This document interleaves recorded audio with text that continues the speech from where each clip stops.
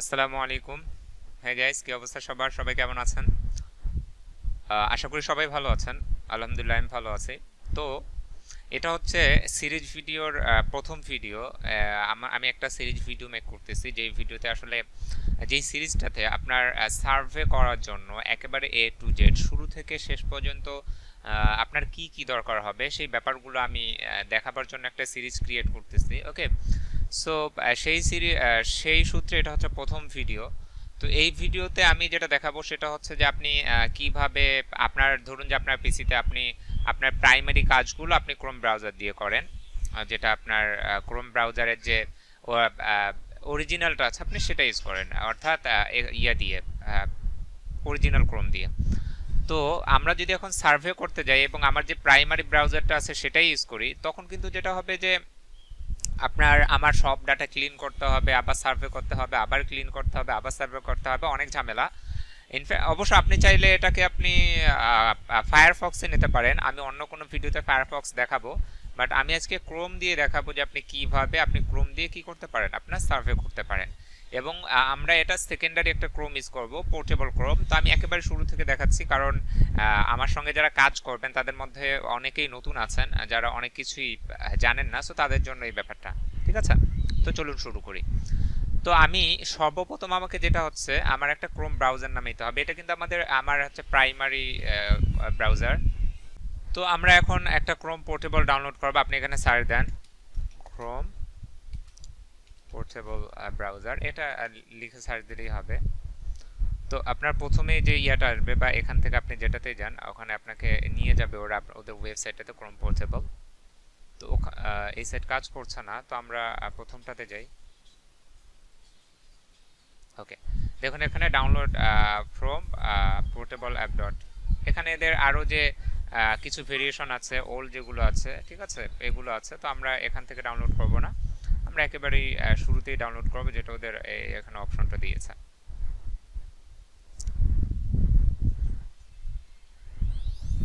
দেখুন এখানে একটু টাইম নিয়েছে। আচ্ছা, প্রথমে একটা ছোট্ট ফাইল ডাউনলোড হবে ক্রোম পোর্টেবলের। এখনো কিন্তু আপনার ক্রোম পোর্টেবল ডাউনলোড হয়নি, এটা জাস্ট একটা আপনার EX যেটা দিয়ে আপনি ক্রোম পোর্টেবলটা ডাউনলোড করবেন। এখন এটাতে যদি আপনি ডাবল ক্লিক করেন, এখন আপনাকে বলবে যে আপনি ক্রোম পোর্টেবল ডাউনলোড করবেন কি ল্যাঙ্গুয়েজ, ইংলিশ, এবং আপনি কোথায় করতে চাচ্ছেন এটা সিলেক্ট করে দিতে পারেন।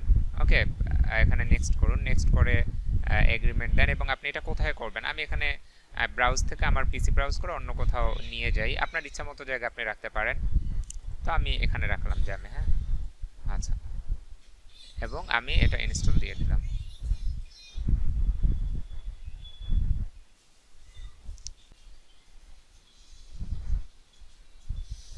এখন কিন্তু ইনস্টল হচ্ছে। ওকে, আমি রান করব না, জাস্ট ফিনিশ দিয়ে দিই। তা আমি কোথায় করেছিলাম? জ্যামে করেছিলাম। যদি আমি ক্রোম পোর্টেবল খুঁজি, এই যে এখানে, তাই না? এটা কিন্তু আমি এই মুহূর্তে করলাম ক্রোম পোর্টেবল, এবং আপনার সময় দেখেন, ডেট ক্রিয়েট 24 জুলাই 2019 10:37। এটা হচ্ছে আমার পিসিতে আসলে টাইম জোন চেঞ্জ করে দেওয়া আছে, সো দ্যাটস এমন হচ্ছে। তো আমি এটা ক্রোমে যাই, এবং এটা কিন্তু আপনার আলাদা, টোটালি আলাদা একটা ক্রোম যেটাতে আপনি কাজ করতে পারেন। তো আপনি এটা এখন ওপেন করেন, ওপেন করলে আপনার এখানে একটা নতুন ক্রোম ব্রাউজার ওপেন হয়ে যাবে। তো আমরা এখানে আর কোনো কিছু করব না। এখন আমাদের কাজের জন্য এখান থেকে যে এক্সটেনশনগুলো যদি চাই, এগুলো আমরা একটাও নিব না, যেভাবে আছে সেভাবে করি, বা আপনি এখানে গিয়ে নো রিমুভ করে দেবো। আমরা একটা এক্সটেনশনও এখান থেকে নিব না, আমাদের কোনো রকম ট্র্যাকিং কোনো কিছু থাকা যাবে না। তো এরপরে আমাদের দুটো এক্সটেনশন ইনস্টল করতে হবে যদি আমরা আইপি ইউজ করতে যাই। তো চলুন এক্সটেনশনগুলো কি কি সেগুলো আমরা দেখি। তো এখানে আমি এক্সটেনশনের লিঙ্ক আছে, আমি আপনাদেরকে লিঙ্ক দিয়ে দিব, আপনারা ইনস্টল করে নেবেন। ঠিক আছে, এটা একটা, আর একটা হচ্ছে এটা। এটা হচ্ছে আপনার ফক্সি প্রক্সি স্ট্যান্ডার্ড, এটা দিয়ে আপনি আপনার প্রক্সিটাকে সেট আপ করবেন, আর এটা হচ্ছে আপনার প্রোটেক্ট করবে আপনার আইপিকে। ঠিক আছে, তো আমি একটু ক্রোম দিলাম, এটা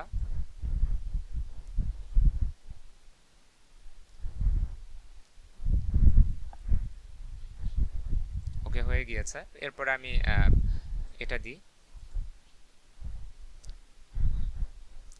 তো বেসিক্যালি এটাতে আমাদের কোনো কাজ নেই, হ্যাঁ। তো আমার দেখেন এখানে আপনি খেয়াল করলে এখানে দুটো এক্সটেনশন অ্যাড হয়ে গিয়েছে। তো তো এখন আমাদের কাজ হচ্ছে আমাদের এই এক্সটেনশনে আমাদের আইপি অ্যাড করা। তো আইপি অ্যাড করার জন্য আপনি এটার উপরে ক্লিক করলে আপনার এই অপশনটা আসবে। তো আপনি এখানে অপশনে চলে যাবেন, যাবার পর অ্যাড নিউ প্রক্সি। তো অ্যাড নিউ প্রক্সিতে গেলে এখানে আপনার অপশন আসবে। আপনারা জানেন যে আমি আপনাদেরকে যে আইপি দিব সেটা আমি বলে দিব যে এটা আমার কোন টাইপের আইপি। সো এই এখানে ম্যানুয়ালি টিপে দিলে তারপরে আমি আমার একটা প্রিভিয়াস আইপি আপনাদেরকে দেখাচ্ছি। আমি আইপিগুলো হাইড করে দিব যাতে করে আমার প্রাইভেসি থাকে। তো আপনি আইপি এখানে দিবেন এবং প্রতিটা আইপির আপনার একটা পোর্ট থাকে, এটা হচ্ছে সেই পোর্ট, আপনারা পোর্ট এখানে দিয়ে দিবেন এবং এখানে সেভ লগইন, এই সেভ লগইনে দিতে হবে যাতে করে আপনি ইউজার এবং পাসওয়ার্ড দুটো ইউজ করতে পারেন। আচ্ছা, আমার এখানে ইউজার এবং পাসওয়ার্ডও আছে, সরি, এটা হচ্ছে আমার ইউজার, তারপর হচ্ছে পাসওয়ার্ড। তো পাসওয়ার্ডটা কিন্তু আপনাকে দু জায়গায় দিতে হবে, এখানে এবং অ্যাগেন, এরপর আপনি সেভ দিবেন। আচ্ছা, সেভ দেওয়ার পর আমার কিন্তু আপনার আমার আইপিটা এখানে অ্যাড হয়ে যাবে। এরপর আমাকে যেটা করতে হবে সেটা হচ্ছে এখান থেকে দেখুন আমি যে আইপিটা সেভ করেছি ইউজ দিয়ে দিতে হবে। ইউজ দেওয়ার পর দেখুন এটার কালার চেঞ্জ হয়ে ব্লু হয়ে গিয়েছে এবং টিক চিহ্নতে এখানে আসছে। এখন আমরা আমাদের প্রক্সিটা টেস্ট করতে পারি যে এটা কাজ করছে কিনা এবং প্রক্সিটার অবস্থাটা কি সেটা জানার জন্য আমরা host.com-এ যাব, host.net। তো অনেক সময় হবে যে অ্যাড করার সঙ্গে সঙ্গে যদি আপনি host.net-এ যান তাহলে হয়তো রিলোড নিবে না, একটু সময় নিবে, বাট একটু পরে হয়ে যাবে। আমি এখানে দিয়ে দিলে মেলাও দিয়ে দিতে পারি। আচ্ছা, আমার কিন্তু এখানে দেখুন একেবারে 100% সব কিছু দেখাচ্ছে। তো অনেক সময় আপনার সেট আপ দেওয়ার পরে যে সমস্যাটা হবে সেটা হচ্ছে যে আপনার এখানে 100% হবে না। কেন হবে না? কতগুলো কজ আসতে পারে। প্রথম কারণ হচ্ছে যে এই আপনি যে আইপিটা সেট আপ করেছেন সেটার টাইম জোন হচ্ছে আপনার 7 মানে -7, ঠিক আছে, -7। তো এই মুহূর্তে আমার পিসির টাইম জোন -7 করে দেওয়া আছে। দেখুন আমাদের বাংলাদেশের কিন্তু আপনারা জানেন যে টাইম জোন হচ্ছে আপনার +6, তাই না? বাট আমি আমার টাইম জোনটা করে রেখেছি, দেখুন আমার আইপি অনুযায়ী 7 দেয়া আছে। ওকে, তো আপনাকে কোনটা সিলেক্ট করে নিতে হবে, আমি যখন আইপি দিব তখন আমি আপনাদেরকে জানাই দিব যে আপনারা এটা সিলেক্ট করে নেবেন।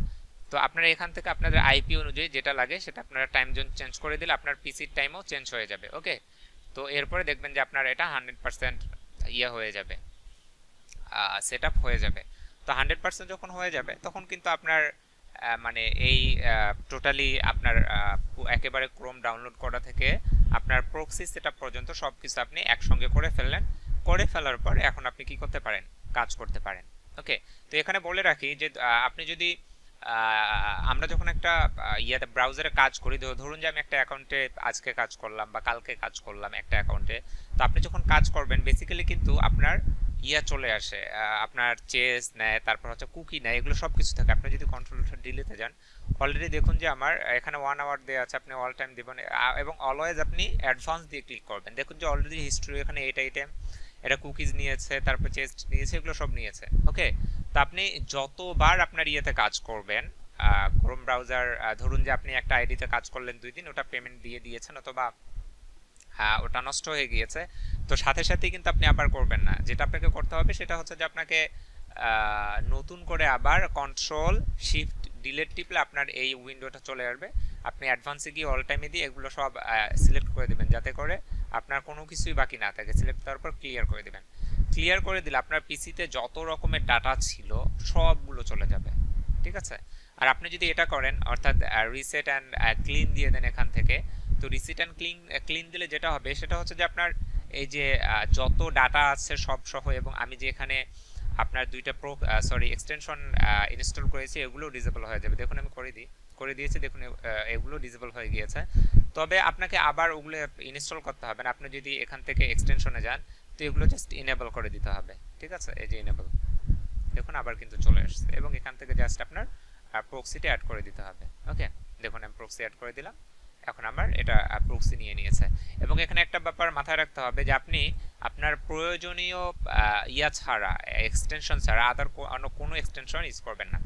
তো এখানে আরেকটা কথা বলে রাখি, ধরুন যে আপনি একটা অ্যাকাউন্টে কাজ করছেন সাববক্সের, তো ওই অ্যাকাউন্টের কাজ কমপ্লিট, ওই অ্যাকাউন্টে আপনি আর কাজ করতে চাচ্ছেন না, নতুন করে অ্যাকাউন্ট ক্রিয়েট করবেন।